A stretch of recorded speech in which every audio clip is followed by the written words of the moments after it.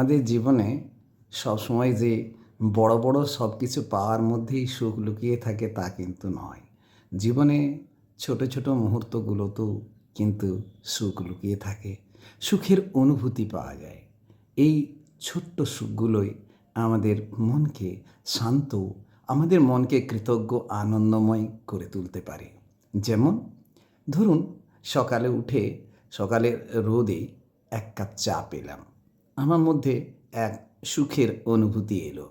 আবার একজন প্রিয় মানুষ আমার, সে পাশে এসে খিলখিল করে হাসছে, কিংবা মৃদু হেসে পাশে এসে দাঁড়িয়ে আছে, এটাও একটা সুখের অনুভূতি। আবার ধরুন, পথে হাঁটতে গিয়ে বা পথের ধারে গাছের ফুল দেখে আমাদের মন প্রফুল্লিত হয়, আনন্দিত হয়। এই প্রস্ফুটিত ফুল আমাদের জীবনকে সুখের অনুভূতি এনে দিতে পারে। আবার মনে রাখতে হবে, পরীক্ষায় ভালো নম্বর পেলে তো আমরা সুখী হই, কিন্তু অনেক সময় শিক্ষকের মৃদু প্রশংসা কিংবা শিক্ষকের ভালো লাগা, ভালো কথা বলা আমাদের হৃদয়কে ভরিয়ে দিতে পারে।